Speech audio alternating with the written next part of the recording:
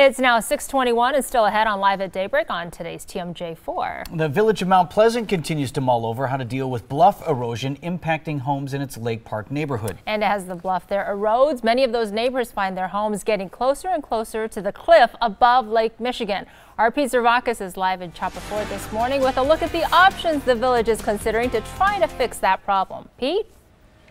Well, Susan and Vince, the village of Mount Pleasant is hoping to get some federal funding from the Army Corps of Engineers to help fix the bluff, but the earliest that could happen is this fall. It could take even longer than that, perhaps more than a year, and that funding can't be issued to protect homes or private properties, only public properties like roads. Now, if you want to take a look at our view from Chopper 4, you can see that while that debate continues, the bluff here along the shoreline in Mount Pleasant continues to erode because of the rising water level of Lake Michigan. More than a dozen homes are threatened. The village president says last he knew, no one had been recently forced to leave a home in this area because of the erosion, but of course, many of these homeowners very worried.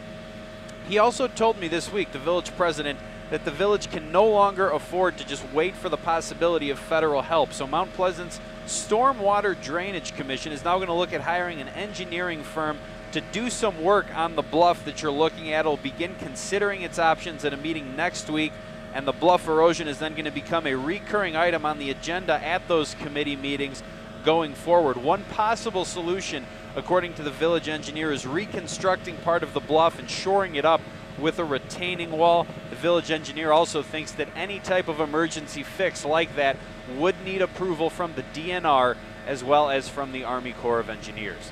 Live in Chopper 4, Pete Zervakis, today's TMJ4. All right, Pete, thank you. It's 6